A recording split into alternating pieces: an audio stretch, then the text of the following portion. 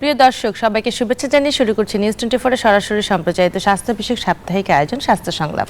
পুরো অনুষ্ঠান জুড়ে আপনাদের সাথে আছি আমরা তানিয়া আলম। প্রিয় দর্শক, আজ আমরা কথা বলবো এই সময়ের অসুখ বিসুখ ও করণীয় এই বিষয় নিয়ে। আমাদের সাথে আছেন এমবিবিএস অধ্যাপক ও মাননীয় প্রধানমন্ত্রীর ব্যক্তিগত চিকিৎসক ডাক্তার এবিএম আব্দুল্লাহ, প্রাক্তন ডিন, চেয়ারম্যান মেডিসিন অনুষদ, বঙ্গবন্ধু শেখ মুজিব মেডিকেল বিশ্ববিদ্যালয়, ঢাকা। প্রিয় দর্শক, অনুষ্ঠানটি সরাসরি সম্প্রচারিত হচ্ছে। আপনারা স্ক্রিনে দেখানো নাম্বারে ফোন দিয়ে প্রয়োজনীয় পরামর্শ নিতে পারবেন। আসসালামু আলাইকুম স্যার। ওয়ালাইকুম আসসালাম। কেমন আছেন? জি, আল্লাহর রহমতে ভালো আছি স্যার। আমাদের তো রিসেন্টলি গত কিছুদিন ধরে অনেক গরমের পরে এত বেশি প্রচণ্ড খরতাপ ছিল, এরপরে বৃষ্টি শুরু হলো এবং আমাদের সিলেটের যে সাইডটা, ওই সাইডে কিন্তু মানে অনেক বেশি পানির ঢল, বৃষ্টির একটু বেশি ওদিকে হয়েছে, সাথে পানির ঢলের কারণে, পাহাড়ি ঢলের কারণে বন্যা শুরু হয়ে গিয়েছে। তো আমাদের দেশে দেখা যায় যে পানিটা যখন বন্যা বেশি হয়, তখন পানিটা যখন নেমে যায়, অনেক ধরনের প্রবলেম, স্কিন ডিজিজ, জ্বর, ডায়রিয়া, এই ধরনের প্রবলেমগুলো দেখা যায়। তো এখন কি ধরনের রোগী উপাসে পাওয়া যাবে ওইদিকে সিলেট সাইডে যেখানে বন্যা হচ্ছে? ধন্যবাদ আপনাকে। শুধু দর্শকদের শুভেচ্ছা জানাই, স্বাগত জানাই। আসলে যে প্রাকৃতিক দুর্যোগের কথা বললেন, তো এটা তো চিরন্তন আছে আমাদের দেশে। কিছুদিন আগে যেরকম গরম গেল, কত লোক যে হিট স্ট্রোকে আক্রান্ত হয়ে গেছেন, আমরা এখানে কিন্তু আলোচনা করছি। একটা ঝামেলা গেল তো আবার একটা ঝামেলা শুরু হয়ে গেল। অসময়ে বন্যা হচ্ছে, এবং বন্যা যে সবচেয়ে ডেঞ্জারাস, বন্যার পরবর্তী বা বন্যার সময় কত রকমের যে স্বাস্থ্যের ঝুঁকি থাকে, অনেক ঝুঁকি রয়ে গেছে। যেহেতু আমি ডাক্তার হিসেবে স্বাস্থ্যের ঝুঁকিটি হয়তো বেশি জোর দেয়, ওইটি আপনার চাচ্ছেন। সিলেট না, অনেকগুলো জায়গায় কিন্তু বন্যা হচ্ছে এবং আগামীতেও আরো পদধ্বনি শোনা যাচ্ছে। আমাদের সবচেয়ে যেটা সমস্যা হচ্ছে যে বন্যা, এত পানি, উপচে পড়া পানি, একেবারে ঘর বাড়ি ভেসে যাচ্ছে। গবাদি পশু থেকে শুরু করে যে গরু, ছাগল, মহিষ, হাঁস, মুরগি, এগুলোও তো ভেসে যাচ্ছে। এবং জনগণ তো দুর্ভোগের শেষ। অনেকে আবার আশ্রয় কেন্দ্রে একটু আশ্রয়ও নিচ্ছে, এটাও ঠিক। এর কারো কারো ঘরে দেখা যায় করে বুক পর্যন্ত, কোমর পর্যন্ত পানি। তো এখন সবচেয়ে যেটা বড় সমস্যা, সেটা হলো মানুষ কিন্তু বিশুদ্ধ পানি পান করতে পারছে না, খেতে পারছে না। খাওয়া দাওয়ার প্রবলেম, খাওয়ার মধ্যে ধর একটা তো কিছু যা ঘরের যা ছিল নষ্ট হয়ে গেছে। তাছাড়া সরকারিভাবে সাহায্য দিচ্ছে, যেভাবে পাচ্ছে তারা খাচ্ছে, কিছু অখাদ্য কুখাদ্যের সমস্যা শোনা যাচ্ছে। সবচেয়ে ডেঞ্জারাস যে পানি, যে দূষিত পানি যদি পান করে, তাহলে পানিবাহিত রোগও বাড়ছে আর কি। তার মধ্যে যেমন ডায়রিয়া জনিত কিন্তু 1 নম্বর, প্রচুর ডায়রিয়া হচ্ছে, কলেরার মতো রোগ হচ্ছে, আমাশয় হচ্ছে। আবার পানির দ্বারা অন্যান্য রোগ জীবাণুও ঢুকতেছে। এছাড়াও যে জন্ডিস হয়, এই ভাইরাস কিন্তু পানি বাহিত, তাহলে জন্ডিস হচ্ছে, টাইফয়েড হচ্ছে, প্যারাটাইফয়েড হচ্ছে। এগুলো কেউ কেউ আবার সর্দি, কাশি, জ্বর, নিউমোনিয়া, এগুলো টনসিলাইটিস, ফেরে বিশেষ করে বাচ্চারা, যারা বয়স্ক, যারা ঝুঁকির মধ্যে, এবং যারা কোমরবিডিটি বলে বিভিন্ন রোগ আগে থেকে আক্রান্ত, যেমন ধরেন বয়স্ক মানুষ, ডায়াবেটিস আছে, high blood pressure, kidney, liver রোগী, ক্যান্সার রোগী, তাদের সমস্যাগুলো তো আরো প্রকট আকার ধারণ করছে। কিন্তু একটা কথা আপনি বলছেন, চর্মরোগ সবসময় কিন্তু এটা হয়। মানে নোংরা পানি, পচা পানি, মাছ গোসল করে, ওগুলোই দেওয়ার, হাত পা ধোয়া থেকে শুরু করে থালা বাসন, এগুলোও মাছটা এগুলো করছে, এগুলো কিন্তু বেড়ে যাচ্ছে আর কি। আমি সবচেয়ে আরেকটা হলো, পানি হয়তো একসময় কমে যাবে, বন্যা পরবর্তী ঝুঁকিও কিন্তু সহজে কমবে না, এগুলো কিন্তু বেড়েই যাবে আর কি। সেই জন্য আমি তো মনে করি যে খুব কঠিন, যদিও সরকার প্রশাসন থেকে সরকার পথে অনেক চেষ্টা করছে। এবং আমি একটা কথা বারবার বলি, এটা স্বাস্থ্য টিম দরকার কয়েকটা, তারা দুর্গত এলাকায় যেন যায়, চিহ্নিত করে, যার যা দরকার সেগুলো যেন চিকিৎসা করে, এবং সবচেয়ে কথা মানে বিশুদ্ধ পানীয় সাপ্লাইয়ের জন্য ব্যবস্থা করা হয়, এটা সবচেয়ে জরুরি। ইভেন যখন ডায়রিয়া হলে এটা ওর স্যালেন্ডও খেতে হবে, অনেক জায়গায় কিন্তু এটাও পাওয়া যাচ্ছে না, যেখানে প্রচুর পানি, হয়তো দোকান নাই, ঘর ভেসে গেছে আর কি।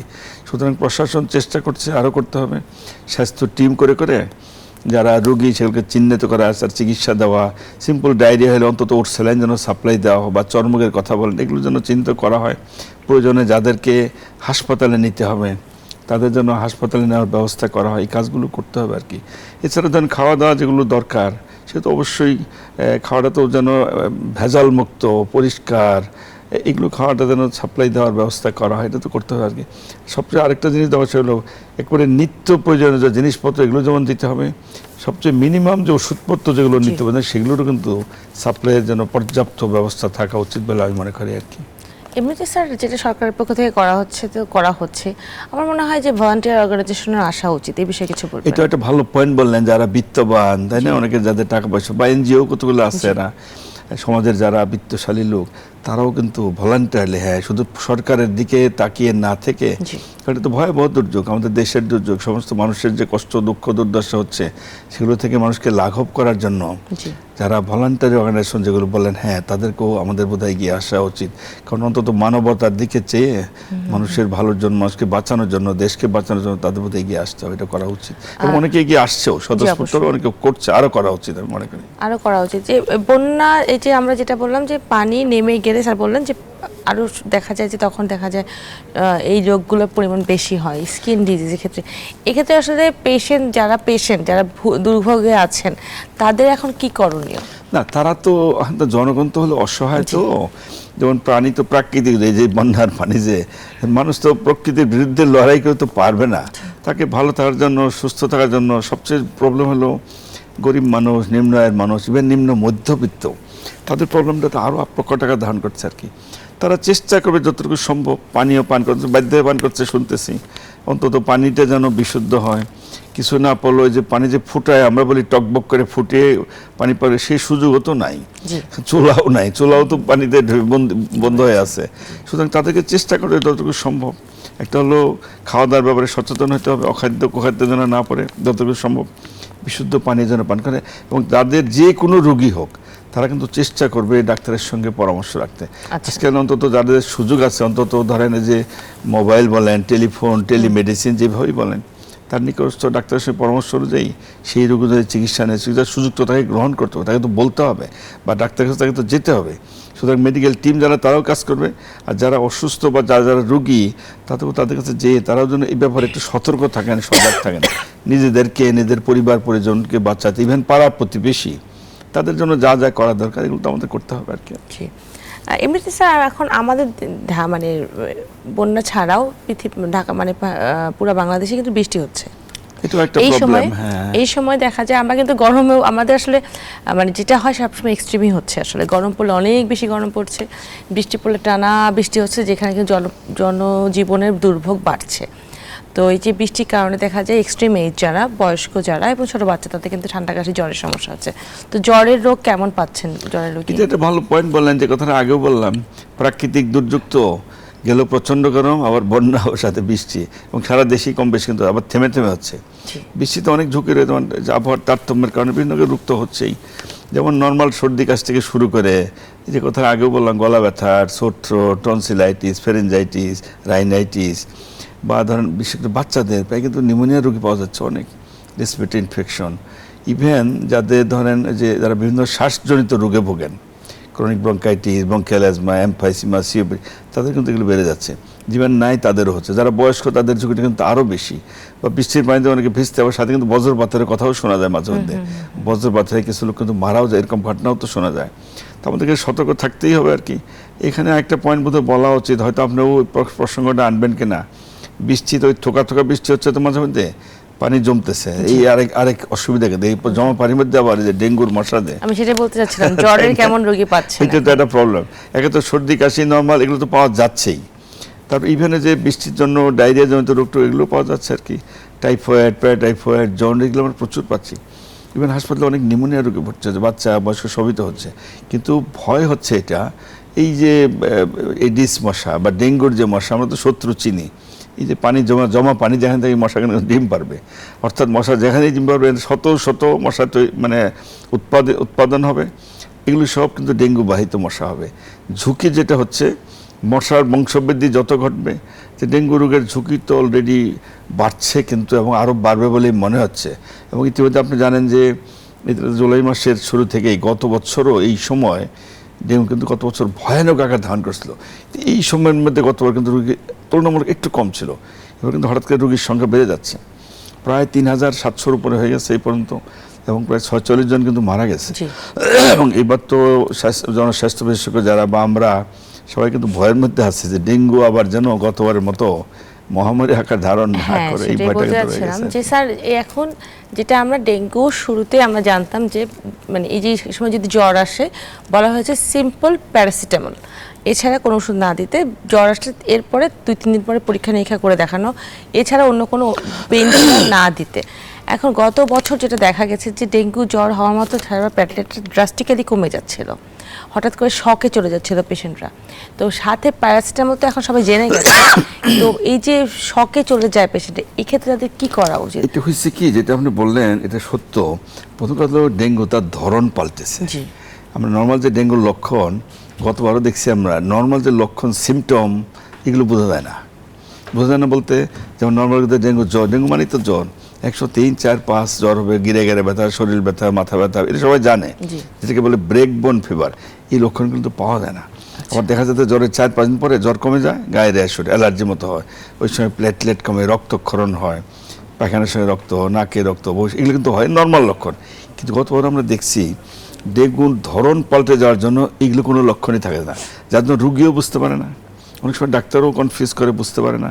রুগীর নর্মালি সর্দি কাশি জ্বর দেখা যায় 2-3 দিন পর হঠাৎ করে শকে চলে যাচ্ছে, যেটাকে বলে ডেঙ্গু শক সিনড্রোম। এবং শকে চলে গেলেই সিরিয়াস হয়ে যায়, হাসপাতালে যাওয়াও, দৌড়ি আইসিইউ, কারণ স্পেসিফিক তো কোনো ট্রিটমেন্ট নাই, সিমটোমেটিক সাপোর্টিভ ট্রিটমেন্ট। এটাই কিন্তু আমাদের ভয়। এবার যে ভয়টা যেটা পাচ্ছি আমি, বা অনেকে হয়তো আশঙ্কা প্রকাশ করছেন, সেটা হলো আপনি জানেন ডেঙ্গু ভাইরাসের 4টে সেরোটাইপ কিন্তু, 1, 2, 3, 4। প্রথমবার যার আক্রান্ত হয় সে কিন্তু সিরিয়াস হয় না, মাইল্ড নর্মাল সর্দি কাশি জ্বর, রুগীও বুঝতে পারেন, রুগী হয়তো মনেই করে না ডেঙ্গু, কয়েকদিন পরে এমনি ভালো হয়েছে, এরকম কিন্তু অনেক রুগী পাওয়া যায়। কিন্তু second time, third time, fourth time যদি হয় তাহলে কিন্তু জটিলতা ধারণ করে। আমাদের ভয় হলো গতবার তো অনেক রুগী আক্রান্ত করেছিল, 3,21,000 বা কত, এর উপরে বেশি, তাই না? এবং গতবার মারাও গেছে প্রায় 1705 জন আর কি। এখন যারা গতবার আক্রান্ত হয়েছে, যদি এবার আল্লাহ না করুক সেকেন্ড টাইম বা থার্ড টাইম বা ফোর্থ টাইম যদি আক্রান্ত হয়, তাহলে সিরিয়াস হওয়ার সম্ভাবনা কিন্তু বেশি। এই জন্যই জনগণকে আমি সবসময় বলি, আপনাদের মিডিয়াতেও বলছি, যে যাদেরই যেহেতু ডেঙ্গু ধরন বদলে গেছে, বোঝা যায় না, এটা নর্মাল সর্দি কাশির মতোই হয়। যে কারো জ্বর, সর্দি কাশি, গলা ব্যথা, একটু মাথা ব্যথা, শরীর ব্যথা, এগুলো যাদের হবে, আপনার ডেঙ্গুর টেস্টটা কিন্তু করিয়ে নেবেন। NS1 অ্যান্টিজেন বলেন, 3 দিনের মধ্যে এটা পজিটিভ হয়, 3 দিন পরে কিন্তু আবার এর পজিটিভিটি কয়, তখন অন্য টেস্ট করতে IgG। সবাই মনে করে যে আজকে জ্বর এসেছে, প্রথম জ্বরের প্রথম দিন, তাহলে তার টেস্টটা কবে করা, যেদিন জ্বর আসলো তার টেস্ট তাহলে কতদিন কবে করা না, উচিত? এটা ইম্পর্টেন্ট। প্রথম কথা সবাই মনে করে, একটা হলো মনে করে যে নর্মাল সর্দি কাশি, এগুলো আর কে পাত্তা দেয়, একটু সর্দি কাশি এমনি ভালো হয়ে যাবে, তাই না? যে কথাটা গল্প প্রায়ই বলি, ডক্টর সৈয়দ মুস্তফা আলী, এটা গল্প না, সর্দি কাশি চিকিৎসা দিলে ভালো হতে লাগবে 7 দিন, আর না দিলে 1 সপ্তাহ। তো মানুষ মনে করে সর্দি কি জন্য করবে, এটা একটা মানে কনফিউশন লাগে। দ্বিতীয় কথা হলো, যেহেতু ডেঙ্গু হচ্ছে, এই জন্য সবাইকে বলছি আপনারা অবহেলা করেন না, ইগনোর করেন, কারণ 3-4 বার যদি শকে চলে যায়, যে কথাটা আগেও বললাম, গতবার যেটা হয়ে গেছে বোঝা যায় না, হঠাৎ করে খারাপ হয়ে যাচ্ছে। এই জন্য 3 দিনের মধ্যে প্রথম দিনও টেস্ট করলেও কিন্তু এটা পজিটিভ আসবে, কারণ জ্বরটা যখন আসে তার আগেই ভাইরাসটা ঢুকে গিয়েছে, ডিটেক্ট করা যায়, ভাইরাসটা ঢুকে গেছে, ইনকিউবেশন পিরিয়ড বলে, এটা আগেই ঢুকে গেছে। এখন অনেকে মনে করে জ্বর তো আমার আজকে আসবে, পরে করি, একদিনে আর কি হবে, 3-4 দিন পরে করি, এখন কি, কারণ সবাই বলছে কিন্তু জ্বর আসা মাত্রই টেস্টটা করলে হয়তো বা তখন, কারণ শরীরে তখন ভাইরাস হয়তো কিছু বোঝা যাবে না, এরকম হতে পারে, মানুষ মনে করে আসলে করা উচিত। আসলে জ্বর আসা মাত্রই টেস্টটা করতে হবে, মাত্রই মানে 3 দিনের মধ্যে, আপনি একদিন না হয় বা 2 দিনের দিন করেন, কিন্তু বসে থাকেন না, অবহেলা করেন না, এটাই বলতে চাচ্ছি। কারণটা হলো অবহেলা করলে সিরিয়াস হয়ে যায়, সিরিয়াস হওয়া মানেই তো দৌড়াদৌড়ি, হাসপাতাল যাও, নিজের কষ্ট, পরিবারের কষ্ট, পয়সার কষ্ট, সব দিক তো ঝামেলা আর কি। আরেকটা কারণে টেস্টটা করতে হবে, কারণ আল্লাহ না করুক যদি তার ডেঙ্গু হয়েই যায়, পজিটিভিটি হয়েই যায়, তখন তার ডাক্তারের পরামর্শ চিকিৎসা নেবে। যে কথাটা আপনি শুরুতে বলছেন প্যারাসিটামল বাদে, আমি পরে বলছি, ডাক্তারের পরামর্শ। দ্বিতীয় কথা হলো তাকে একটু আইসোলেট করতে হয়, কারণ তাকে যে মশা কামড়াবে, এই মশা যতজনকে কামড়ায় সবাই ডেঙ্গু ছড়াবে, এইভাবেই ছড়ে যাচ্ছে। এই জন্য এটা ডায়াগনোসিসটা, আর্লি ডায়াগনোসিস সবচেয়ে জরুরি। আর্লি ডায়াগনোসিস হলে সে অনুযায়ী চিকিৎসা নেবে এবং তাকে আইসোলেট করবে, তার মাধ্যমে যেন অন্যদের না ছড়াতে পারে, এইটা জরুরি আর কি। আরেকটা যে কথাটা বললেন, হ্যাঁ, যদি পজিটিভ হয়েই যায়, তারা জ্বর উঠলে শুধু প্যারাসিটামল, অন্য কোনো পেইন কিলার খাবে না, এবং নিজেদের মতো করে দোকান থেকে অনেকটা অ্যান্টিবায়োটিক ইচ্ছা মতো খায়, এটাও ঠিক না আর কি, এটাও করতে হবে। ডাক্তারের পরামর্শ নেবে, ডাক্তারের পরামর্শ অনুযায়ী চিকিৎসা নেবে। বিশেষ করে যারা ওই সিরিয়াস রোগী, কোমরবিডিটি বলি আমরা, তাদের তো আরও কেয়ার নিতে হবে। যেমন গর্ভবতী মহিলা, তার তো বাচ্চারও ঝুঁকি, মারও তো ঝুঁকি। ইভেন যারা বিভিন্ন রোগে ভোগে, diabetes, high blood pressure, kidney, সবসময় যে কথা আমি বারবার বলি, তাদের তো আরও অবহেলা করার কোনো সুযোগ নাই। তাদের আরও জরুরি ভিত্তিতে ডাক্তারের পরামর্শ অনুযায়ী, সেটা ডাক্তারকে গিয়েই দেখান বা অনলাইন বা টেলিমেডিসিন যেভাবে পান, তার ডাক্তারের পরামর্শ নেবেন। আরেকটা ইম্পর্টেন্ট হলো, যদি পজিটিভ হয় এবং রুগী খেতে পারে না, বমি হচ্ছে, পাতলা পায়খানা, তখন তো তাকে ঘরে বসে রাখা যাবে না, তাকে জরুরি ভিত্তিতে হাসপাতালে ভর্তি করে। কারণ দেরি করলে যখন শকে চলে যায় তখন হাসপাতালে আসলে তো আমরা ডাক্তাররাও তো তখন সামাল দেওয়া যায় না, তখন অনেক সিম্পটোমেটিক বেশি সাপোর্টিভ অসহায় হয়ে যেতে তাই না, হয় এবং অনেকে ডাক্তারদেরও। মারা যাচ্ছে কিন্তু এইভাবে আর কি। জি, এভাবেই আসলে সমস্যা। আরেকটা জিনিস স্যার আমি জানতে চাচ্ছি যে আমাদের দেশে কিছু কিছু প্রবণতা আছে পেশেন্টদের, যেটা হচ্ছে কি একটু দুর্বল লাগলে একটু স্যালাইন খেয়ে ফেলি, একটু ওটস স্যালাইন খেয়ে ফেলি, যেটা খুব সহজলভ্য একটা জিনিস, কিন্তু এই ওটস স্যালাইনটা তো সবসময় খাওয়া, এটা কিন্তু একটু গরম পড়লে একটু ওটস স্যালাইন খেয়ে ফেলি, এরকম হয়। তো এই যে আমরা বলি ফ্লুইড খেতে, আমরা বলি প্রচুর লিকুইড খান, তরল জাতীয় খাবার খাবে, এখন অনেকে আছে সাথে সাথে স্যালাইনও খাচ্ছে, এটা কি ঠিক কিনা? না, প্রথম কথা হলো স্যালাইনটা কিন্তু তৈরি করা হয়েছে ফর ডায়রিয়া পেশেন্ট, যাদের পাতলা পায়খানা লুজ হচ্ছে বা বমি, তাদের জন্য কিন্তু এটা সুইটেবল। তবে যে কথা বলছেন ফ্রুট বেশি খাতে মানে ডেঙ্গু রোগীদের জন্য তো, তাই না? তারা শুধু জ্বর উঠলে প্যারাসিটামল খাবে, লিকুইডটা বেশি খাবে। লিকুইড বলতে ওরসালাইনই খেতে হবে তা না, আমরা বলি সিম্পল পানি বেশি খাবে, পানি, অনেকে ডাব খায়, ডাব খায় আবার সমস্যাও হয়ে যায়। গতবার কিন্তু না ওই সেই সমস্যা না, 40 টাকার ডাব 200 টাকা হয়ে গেছে আর কি। এমন ডাব খাওয়া শুরু করে সবাই। আসলে ডাবের তো ডেঙ্গুতে কোনো রোল না, উদ্দেশ্য তরল খাওয়া। সেজন্য বলি যে শুধু পানি বলতে পানি, ডাব, ওর স্যালাইন দু একটা খেলে এমন কোনো ক্ষতি হবে না, ফলমূলের রস, তার মানে তরল জিনিসটা একটু বাড়াইতে হবে। তাই বলে শুধু ওর স্যালাইন খাবে সেটাও ঠিক না। যদি ডায়রিয়া না থাকে, বমি না থাকে, শুধু ওর স্যালাইন বেশি খাওয়াও ঠিক না, কারণ ওর স্যালাইন তৈরি করা হয়েছে ডায়রিয়া রোগীদের জন্য, এটা কিন্তু খেয়াল রাখতে হবে। যেটা বললেন আপনি, হ্যাঁ দুই একটা খেলে এমন কিছু ক্ষতি হবে না, উদ্দেশ্য হলো যে বদলে বদলে খাওয়া, একবার পানি খান, এবার ফলমূলের রস খান, একটা দূরে ডাব খেতে পারেন, ওর সালের একটা দূরে খেতে পারেন, লিকুইডটা বাড়ানো।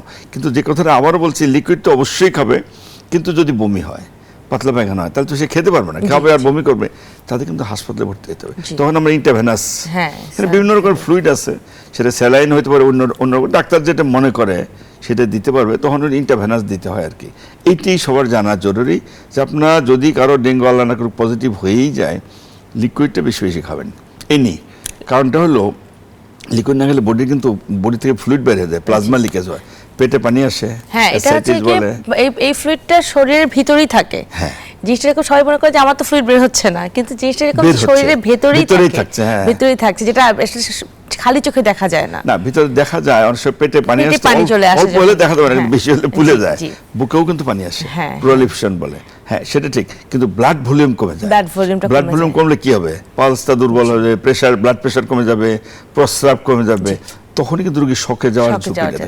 সেই জন্যই বারবার লিকুইডটা খেতে হবে, এটা কিন্তু জরুরি বেশি। জি, আমরা আরো কিছু বিষয়ে কথা বলবো একটা বিরতির পর এসে। অবশ্যই ফিরছি ছোট্ট একটি বিরতির পর, স্বাস্থ্য সংলাপের সাথেই থাকুন। বিরতির পর আবারও স্বাগত জানাচ্ছি স্বাস্থ্য সংলাপে। আজ আমরা কথা বলছি এ সময়ের অসুখ বিসুখ ও করণীয় এই বিষয় নিয়ে। আমাদের সাথে আছেন এমিরিটাস অধ্যাপক ও মাননীয় প্রধানমন্ত্রীর ব্যক্তিগত চিকিৎসক অধ্যাপক ডাক্তার ABM আব্দুল্লাহ। স্যার, বিরতিতে যাবার আগে কিন্তু আমরা ডেঙ্গু বিষয়ে, পানিবাহিত রোগ, এসব বিষয়ে আলোচনা করলাম।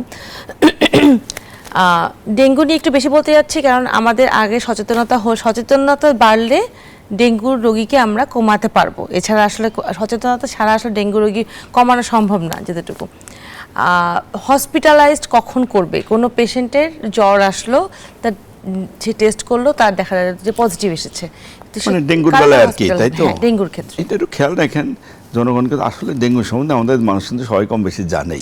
সেই 2000 সন থেকে তো ফাইট করছি আমরা, তাই না? রোগীদের বুঝে কিন্তু একটা প্রবলেম হয়, যেহেতু যে বললাম যে ডেঙ্গুর ধরন বদলে ফেলছে, মশাও কিন্তু তার চরিত্র বদলায় ফেলছে, তাই না? একসময় বলতে সকালে বিকেলে কামড়ায়, মশা যে কোনো সময় এরকম শোনা যায়, গ্রামেও হয়। আর ডেঙ্গু তো আর ঢাকা শহরে নাই, সারা দেশ ছড়াই গেছে আর কি। তো যাই হোক, যে কথাটা বললেন আপনি, আরেকটা কথা বলা যায় বোধ হয়, এটি শুধু আমাদের দেশের কিন্তু সমস্যা না, পৃথিবীর অনেক দেশে, ট্রপিক্যাল কান্ট্রি সবগুলোই, ইভেন যে মালয়েশিয়া, সিঙ্গাপুরের মতো দেশ, লোক সংখ্যা তো কত, 50-55 লাখ, আজ পর্যন্ত প্রায় বোধহয় 8,000-এর কিন্তু বেশি রোগী আক্রান্ত হয়ে গেছে। যদিও আমাদের বলা হচ্ছে 3,700 এরকম আর কি, কিন্তু সরকারি হিসাব, প্র্যাকটিক্যাল তো আরও যে কত আছে, ঘরে বসতে অনেকে যায়, টাকা যায় না, টেস্ট করে না, তার অজানা, আসলে তো আক্রান্ত বোধহয় আরও বেশি হয়ে গেছে। তবে হ্যাঁ, যে কথাটা বললেন যে কখন হাসপাতালে যাবে, অধিকাংশ রোগীই আসলে হাসপাতালে যাওয়ার দরকার লাগে না, ঘরে বসে যেটা বলছেন প্যারাসিটামল খাবে, লিকুইডটা বেশি বেশি খাবে, তাতেই রোগী ম্যাক্সিমাম ভালো হয়ে যাওয়ার সম্ভাবনা বেশি। মাঝে মাঝে ডাক্তারের সঙ্গে যোগাযোগ রাখবে।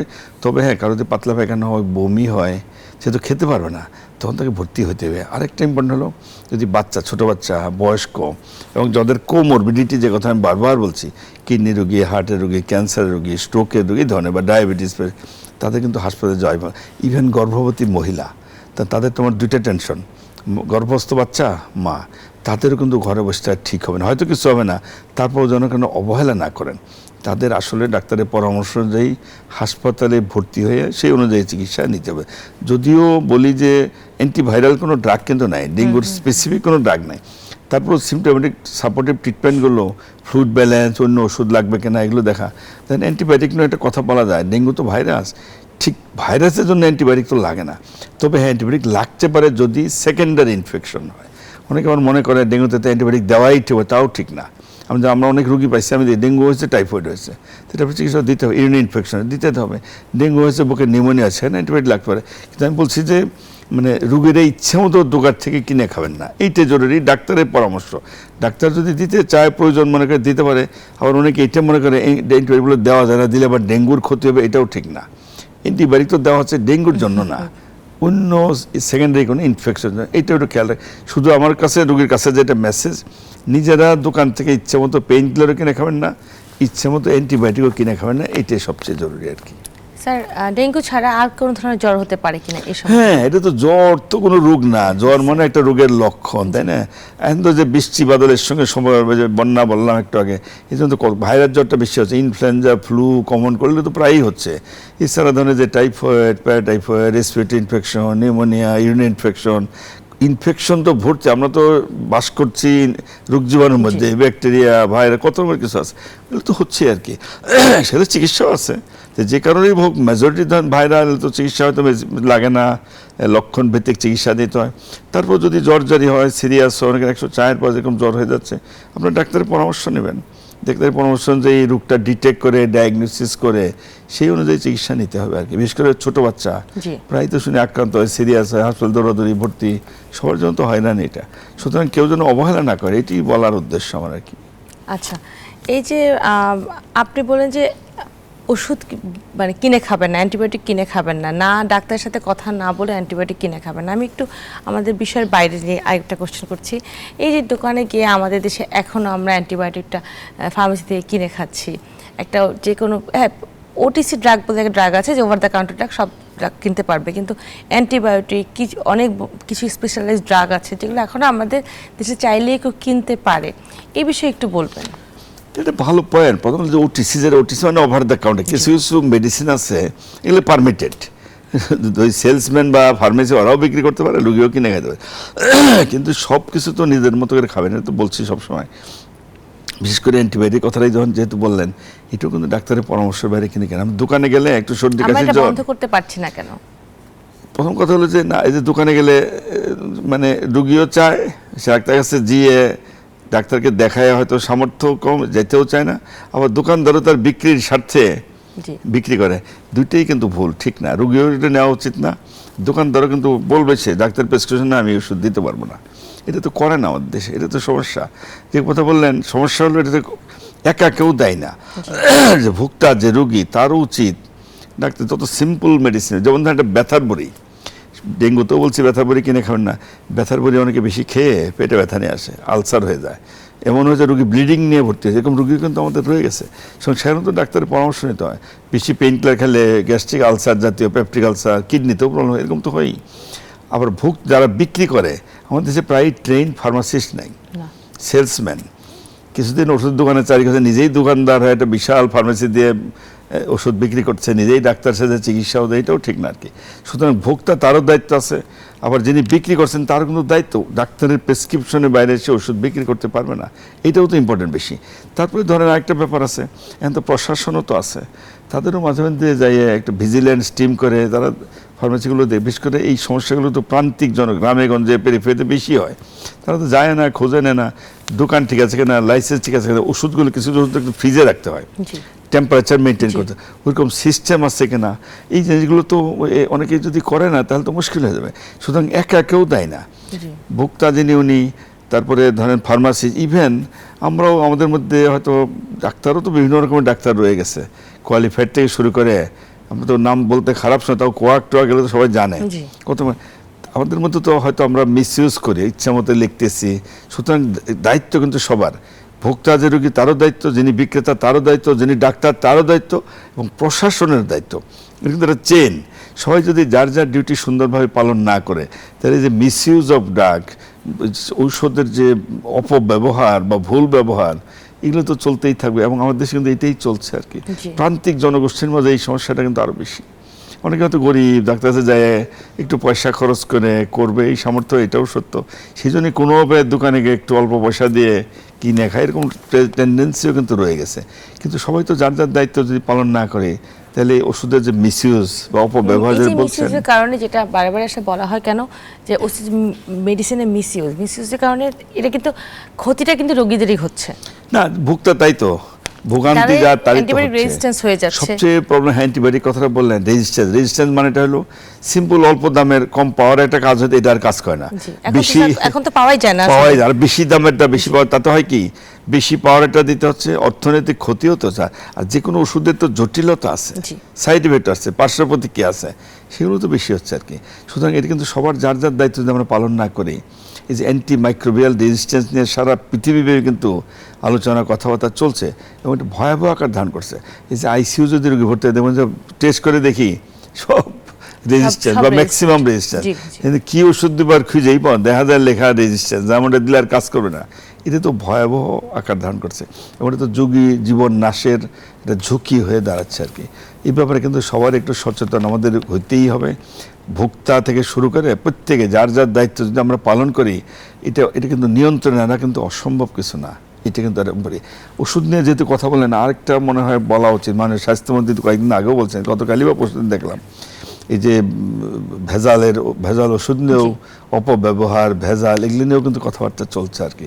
অ্যান্ড ভেজাল ওষুধ যদি থাকে আমারও অসুবিধা, আমি তো প্রেসক্রিপশন লিখলাম ঠিকই, রোগও ঠিক আছে, কিন্তু যদি ভেজাল ওষুধ খায় ভালো তো হবেই না, এটা খায় আরও রিয়েকশন হয়ে রোগীর ক্ষতি হয়ে যাবে, তখন কিন্তু বদনাম কিন্তু আমারও হচ্ছে, কি ওষুধ দিল খায় এত উল্টা উল্টে, এরকম ঘটনা তো শোনা যাচ্ছে প্রায়। কিন্তু ভেজাল ওষুধ নিয়ে কিন্তু শোনা যাচ্ছে, পত্রপত্রিকায় মিডিয়াতে দেখা যায়।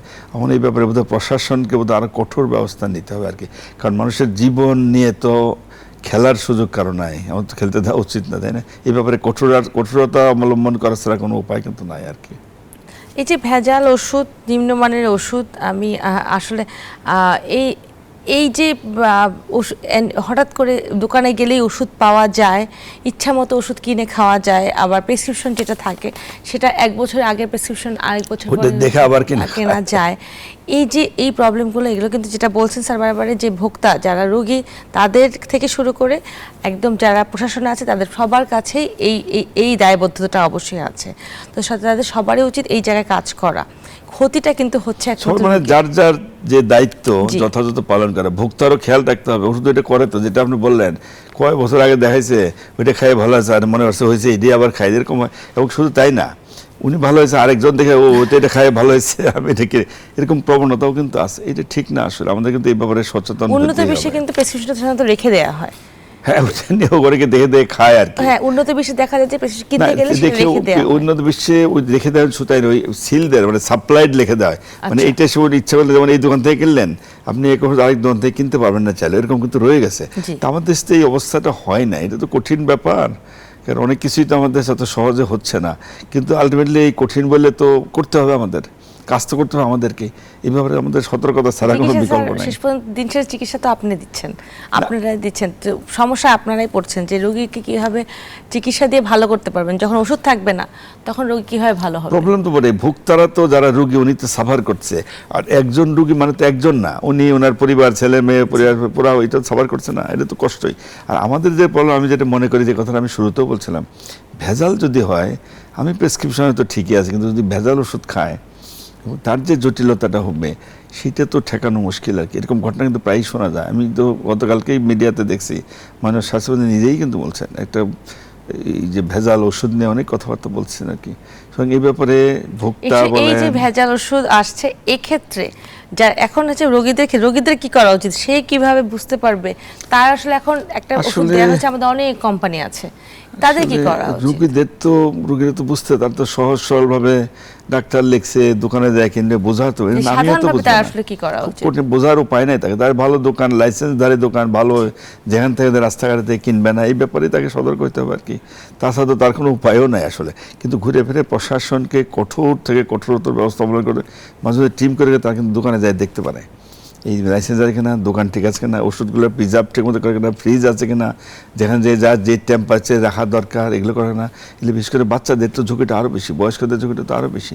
এগুলো নিয়ে কিন্তু আমাদের কিন্তু এখানে আইন শৃঙ্খলা বাহিনী তাদেরও সাহায্য সহযোগিতায় প্রশাসন যদি একটু তাদের কাজটা আরেকটু সুন্দরভাবে সুষ্ঠুভাবে করে, তাহলেই কিন্তু এটার উত্তরণ ঘটবে।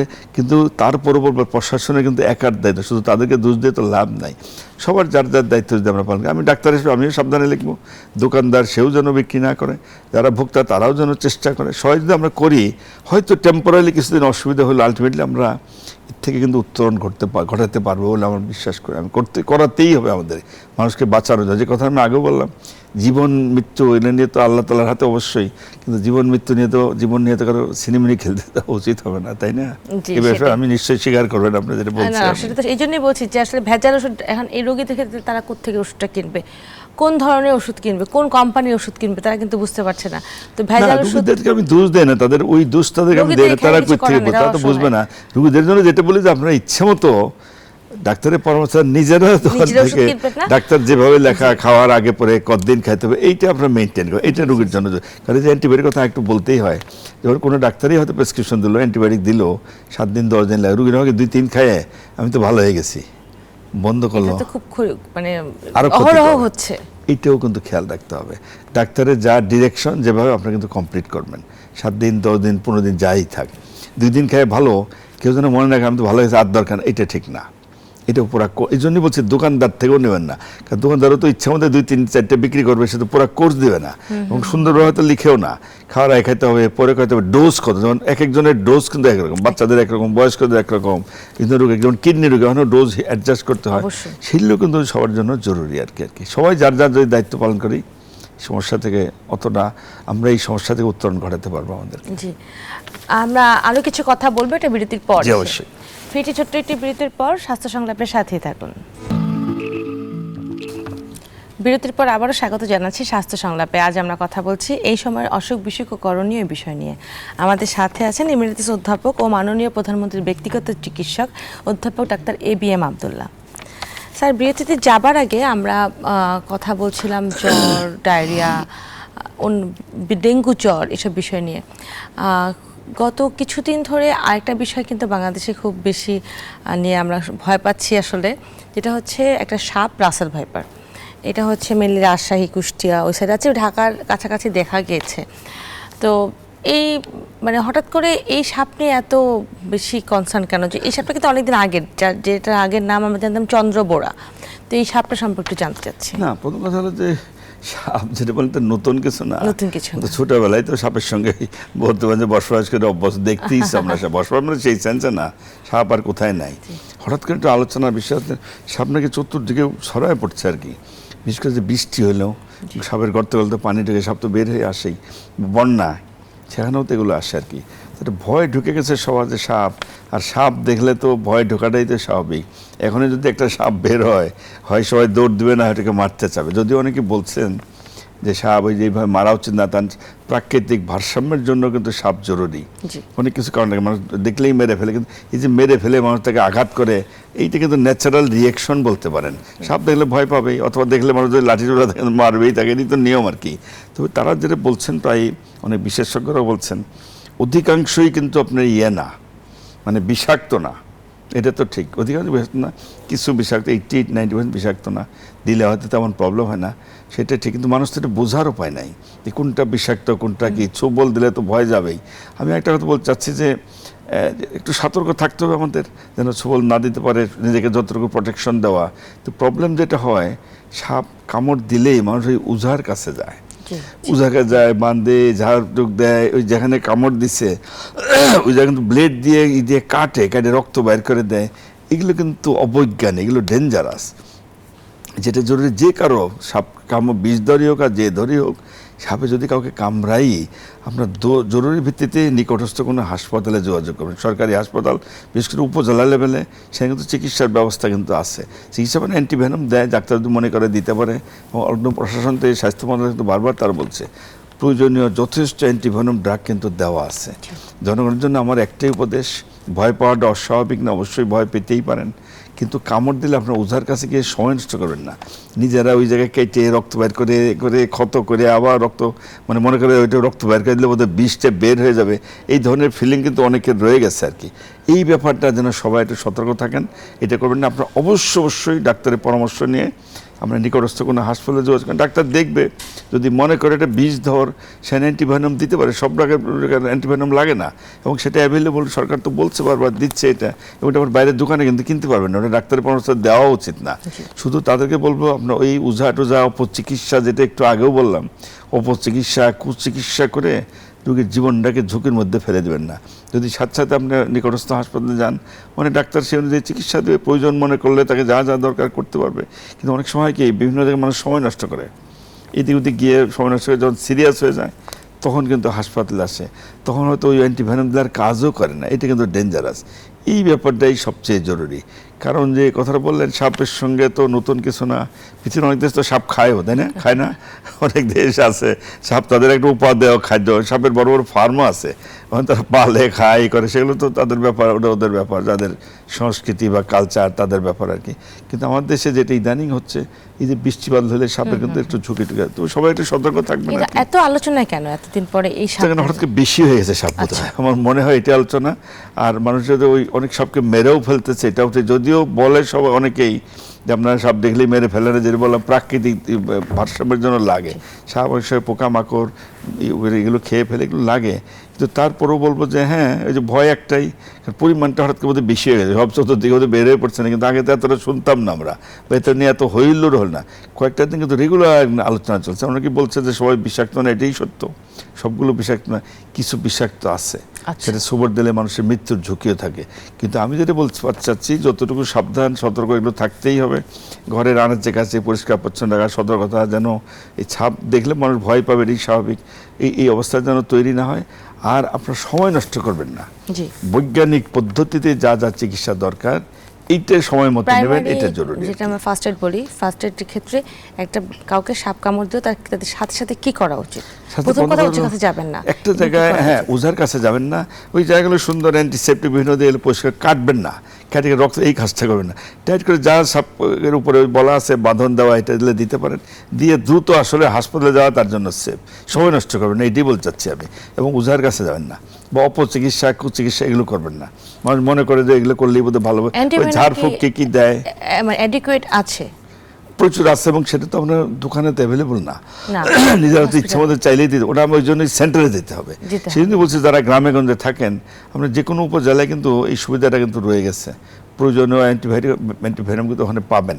এখন যদি নাও থাকে অন্তত তারা প্রাথমিক চিকিৎসা দিয়ে, ওটা প্রাথমিক যে ডাক্তার যা যা মনে করে সেগুলি দিয়ে তো নিকটস্থ সদরে বা যে কোনো জেলা সদরে হাসপাতাল আছে, বা অনেক হাসপাতালে কিন্তু এই সুযোগ কিন্তু রয়ে গেছে। অনেক ডাক্তারই নাকি ভয় পায় যে অ্যান্টিভেনম দিলে তার এক্সট্রা কিছু রিঅ্যাকশন হতে পারে।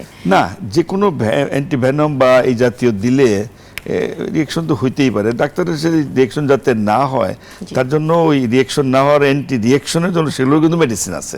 সুতরাং ভয়, ডাক্তারে ভয় পায় এটা ঠিক না, ডাক্তার ভয় পাবে কেন? অনেকে নাকি দিতে চাচ্ছে না, দিতে চাচ্ছে না তা না, যে রোগীর দরকার তাকে তো দিতেই হবে আর কি। উনি না পারলে ওই ডাক্তারও হয়তো সিনিয়র আছে, কারোর সঙ্গে কনসাল্ট করে দিতে পারবেন, ডাক্তারও দিতে পারবে, আমি তো বিশ্বাস করি যে পারবে। যেমন কেউ যদি না পারে সিনিয়র কারোর সঙ্গে টেলিমেডিসিনে যোগাযোগ করছে, এই হচ্ছে যে কী করতে পারবো, না পারলে সে রেফার করবে, অন্তত এটা প্রপার ট্রিটমেন্ট তো হবে। অবশ্যই দিতে হবে, অবশ্যই না, সবার হয়তো লাগবে না, যাদের লাগবে তাদের দিতে হবে তো। এবং সেটা ডোজ আছে, সব তো বলাও মুশকিল, ওটা ডোজ কি, ডোজ কত মিলিগ্রাম, কিভাবে ইনফিউশন ফ্লুইড থাকে ওর মধ্যে মিশিয়ে দিতে হয়, এটা কিন্তু আমাদের লেখাও থাকে, যে কোনো ইনস্ট্রাকশন ডিরেকশন বলে দেওয়া থাকে। আমার মনে হয় এটা কোনো প্রবলেম না, কিন্তু রুগীদের জন্য যে জরুরি আপনার সময় মধ্যে ডাক্তার কাছে এটাই বলতে চাচ্ছি আর কি, কোনো সেন্টারে যাবেন না, এটাই জরুরি। আমাদের অনুষ্ঠানে আমরা একদম শেষ পর্যায়ে চলে এসেছি, আপনাকে অনেক ধন্যবাদ আমাদের অনুষ্ঠানে আসার জন্য। ধন্যবাদ আপনাকেও। দর্শক দেখছিলেন স্বাস্থ্য সংলাপ, আজ এখানে শেষ করছি। আশা করি আগামী অনুষ্ঠানে আবারও দেখাবো অন্য কোনো বিষয় নিয়ে। সে পর্যন্ত ভালো থাকবেন, সুস্থ থাকবেন।